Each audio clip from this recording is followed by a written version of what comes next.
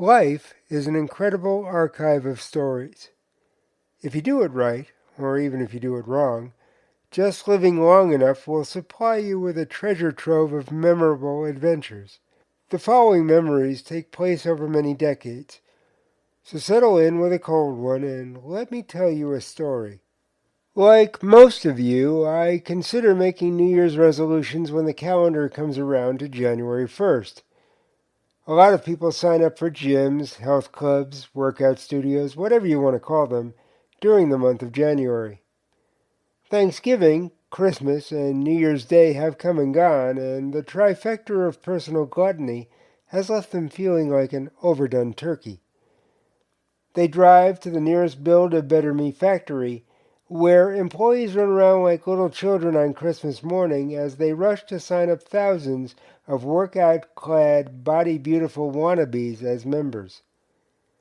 They know that most people will lose their exercise inertia within 30 days, so they sell memberships to 2 or 3 times more people than the building could ever hold if they all showed up on the same day, because they know they never will.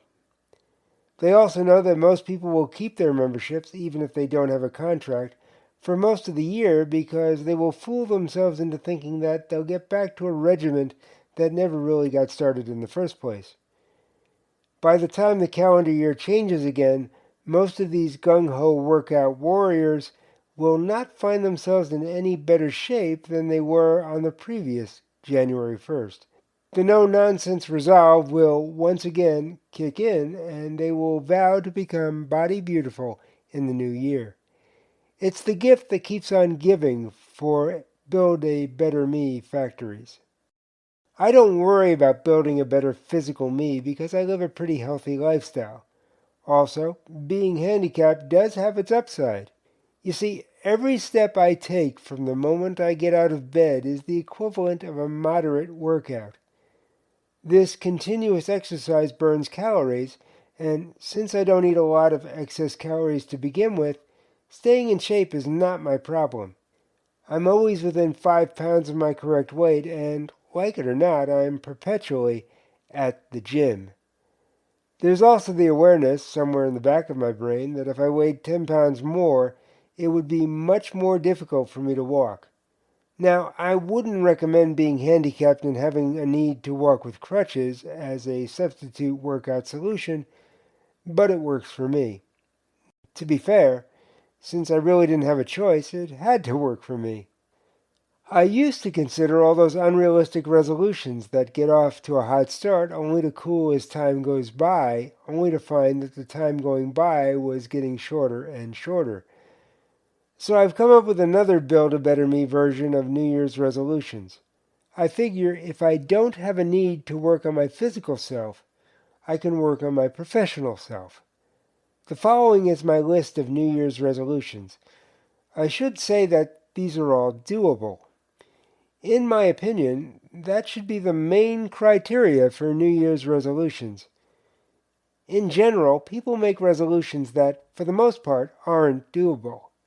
Even though they know that most resolutions go far beyond what they are willing to do in the first place, they end up frustrated and disappointed when they don't reach their goals. I make resolutions that are doable and that I enjoy doing. Barring unforeseen circumstances, these resolutions will be completed. If they're really big projects, it may take the entire year, but at least I know they can be done. So here are my New Year's resolutions for 2023. At the very top of the list is continuing this podcast because, quite frankly, I enjoy doing it, and I believe people enjoy listening to it. I'm always open to your thoughts on social media or through my website, theyearofmylifevr.com, where you can click on the red button by my face and literally ask me anything. I'm working on 2 books under the Year of My Life umbrella. One is nonfiction, the other is fiction. The first book is The Year of My Life, Reminiscences and Rants, The 7 Deadly Sins. It's a look at the future of humanity. I felt it was best to start with a small project. The other book is The Year of My Life VR.com, Year 2. That book may take a little bit more effort. I'll still be interviewing interesting people on the Beginnings Conversations That Keep You Talking podcast, and working on the creation of a third podcast, The Year of My Life VR Stories of Life from Around the World. Depending on what ideas hit me when I wake up in the middle of the night, there may be more projects in the works. The only real criteria is that those projects will have to be fun and doable as well. So there you have it. I've specifically chosen my New Year's resolutions to build a better version of the business me, and woven within that a better version of the intellectual me. I'll depend on some in-home exercise equipment and my handicap to take care of the physical me. They've been doing a decent job for most of my 69 years, and I don't see that slowing down anytime soon. Finally, I want to wish all my listeners success with your own New Year's resolutions. Remember, make them doable, but most importantly, make them fun. Until the journey brings us together once more, take care and stay safe.